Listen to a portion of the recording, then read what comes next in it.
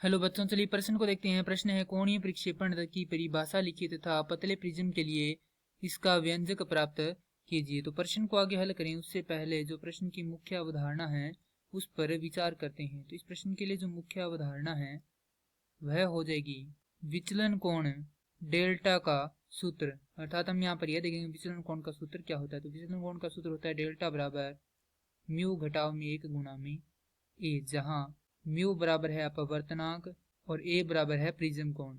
अब हमें यहाँ पर कोणीय प्रक्षेपण की परिभाषा लिखनी है। तो यहाँ पर लिखेंगे कोणीय प्रक्षेपण। तो कोणीय प्रक्षेपण की परिभाषा होती है कि बैंगनी व लाल रंग की प्रकाश किरणों के विचलन कोणों का अंतर कोणीय प्रक्षेपण होता है। और दूसरी परिभाषा इसकी यह होती है कि तरंग दैर्ध्य के साथ विचलन कोण के परिवर्तन के रूप में परिभाषित किया जा सकता है। अर्थात ये हो जाएगा डी डेल्टा भाग में डी लेम्डा बराबर होता है किसके, कोणीय प्रक्षेपण के।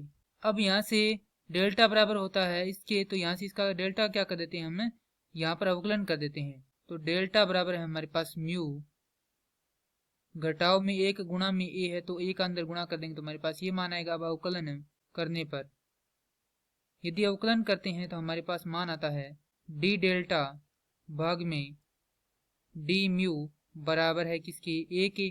तो कोशी के सूत्र से हमारे पास यहाँ पर प्राप्त होगा म्यू बराबर ए योग में बी बटा में लेम्डा की घात 2। अब यदि इसका अवकलन करेंगे तो हमारे पास यहाँ पर आएगा, यहाँ पर लिखेंगे अवकलन करने पर, अवकलन करेंगे तो हमारे पास यहाँ पर प्राप्त होगा डी म्यू बटा डी लेम्डा बराबर होगा किसके, ऋणात्मक 2b बटा में लेम्डा की घात 3 के। अब यहाँ पर लिखेंगे डी म्यू भाग में डी लेम्डा गुणा में डी डेल्टा भाग में डी म्यू बराबर होगा किसके, डी डेल्टा भाग में डी लेम्डा के। और ये क्या करना है, हमें ज्ञात करना है।